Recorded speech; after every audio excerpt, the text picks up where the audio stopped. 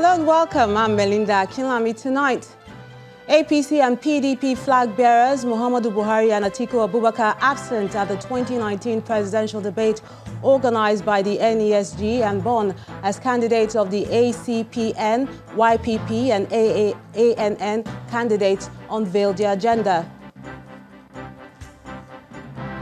PDP presidential candidate Atiku Abubakar mocks ruling APC over his visit to the United States after his return from the two-day trip.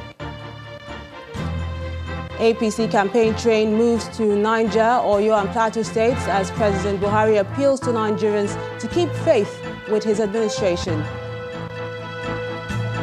And death toll in Mexico pipeline blast rises to at least 66, with many more injured. On business news tonight, National Pension Commission targets more Nigerians as it plans to commence micro-pension scheme for the informal sector. And on sports news tonight, in the CAF Champions League, Côte d'Ivoire's ASEC Mimosas squeezed past Lobby Stars 1-0 on match day 2.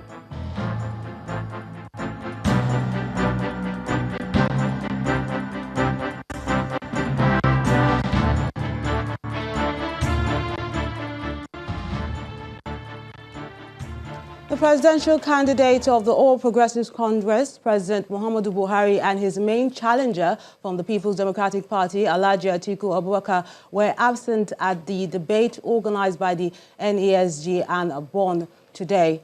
Alhaji Atiku Abubakar, who arrived at the venue of the debate in the nation's capital, Abuja, just as the debate was about to start, however, refused to join the other 3 candidates who had already been called to the stage by the moderator.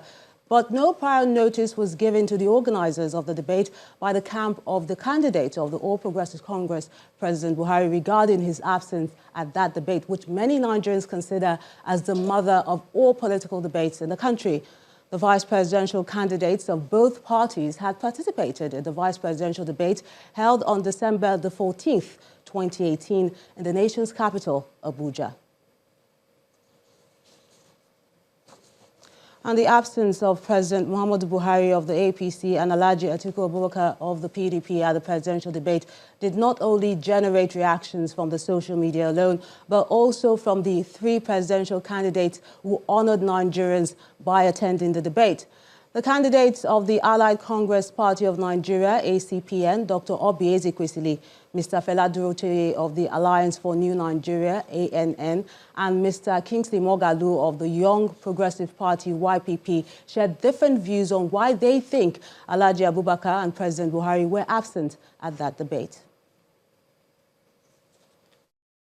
I am not surprised they are not here. They have just simply announced their exit. I think it is important for us to acknowledge that there is a political class that simply needs to fade away from our country.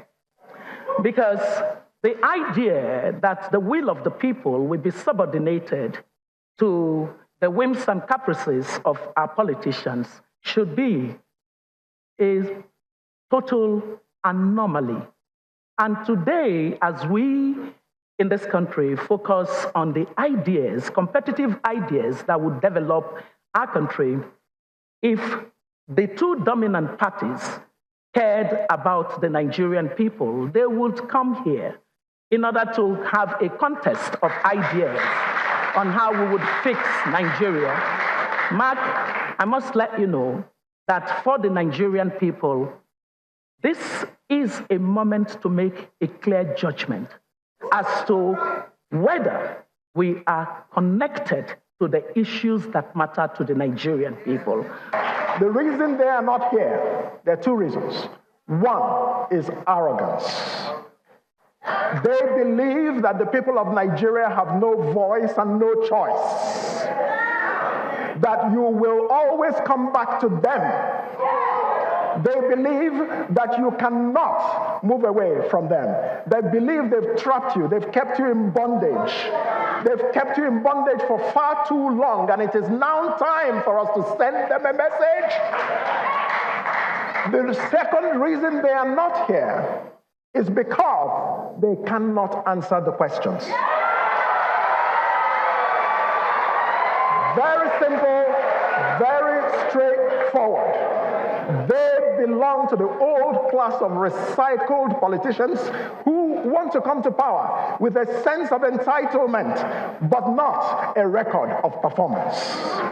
They want to come to power with a sense of money and power, but not a record of service to the people of Nigeria.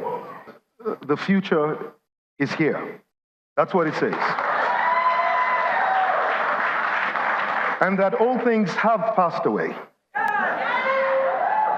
But I must say something to you, and Mark, and to the people of this nation. Pride always comes before a fall. And every time you believe that you have no need to tell the people what it is that you're going to do, it means that you are not there to serve them in the first case. You were going to rule over them. And we should not be surprised, for this has been consistent over the last 20 years. We have had 20 years of rulership, and rulers do not explain to their subjects what it is that they're going to do. They don't owe it to them. What I think the greatest deceit that we've had to deal with in this nation is that rulers called themselves leaders and make us subjects feel like followers. We are not followers, we are subjects to them. And now it is time to be free. We had had 58 years of independence, but not 58 years of freedom. And now the time has come for us to be free of this bad coin that has two sides that I believe are depicted here.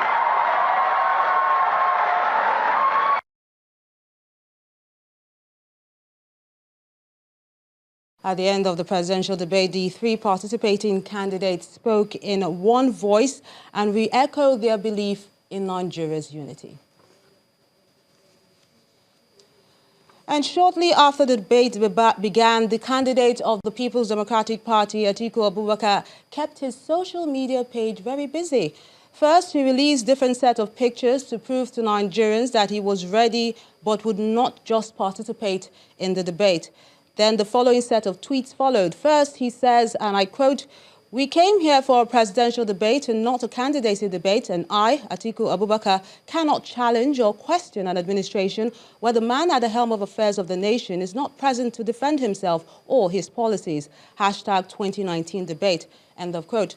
Then follows an apology, and he says, and I quote again, "As a leader and former vice president of the Federal Republic of Nigeria, let me first apologize to all Nigerians, my fellow candidate and the moderator for the APC presidential candidate's absence in this debate. His non-appearance is a slight on all of us and our democracy." End of quote. And then he tweeted again, but this time an apology to his co-debaters, saying, and I quote, "With respect to my fellow candidates, Fela Durotoye, Obi Ezekwesili, Kingsley Moghalu, and to the moderator, Mark Sugar, that's Mark Edo actually, with apologies to Nigerians here and at home expecting an interesting debate, I regret I will not be able to go on with this debate due to President Buhari's absence." End of quote. And his last message reads, and I quote again, "I, however, challenge President Buhari to choose a date and a time for a debate where he will be present, and I'll be there, hopefully, with the other candidates as well. Thank you, and God bless the Federal Republic of Nigeria." End of quote. The messages were copied from the verified Twitter account of the presidential candidate of the People's Democratic Party, Alhaji Atiku Abubakar. President Muhammadu Buhari's campaign team have also given reasons for his absence at that debate in Abuja. A statement by the Director of Strategic Communications of the APC Campaign Council, Festus Keyamo, says the president had taken the full advantage of another town hall meeting organized by another group which held on Wednesday, January the 16th, where he was asked uncensored questions. The statement says, and I quote, "The busy and hectic official campaign schedules of Mr. President clashed with his program today, and Mr. President commissioned the Barrow Inland Water Port in Niger State and campaigned in Niger and Plateau State, where his time was overstretched by the mammoth crowd in both states, and only returned to Abuja late this evening." End of quote.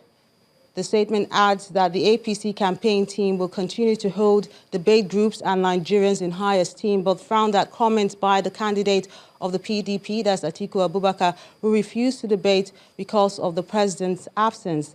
It says that Mr. Atiku Abubakar had a unique opportunity to explain to Nigerians about his vision and mission, but without President Buhari in the picture, he ran away.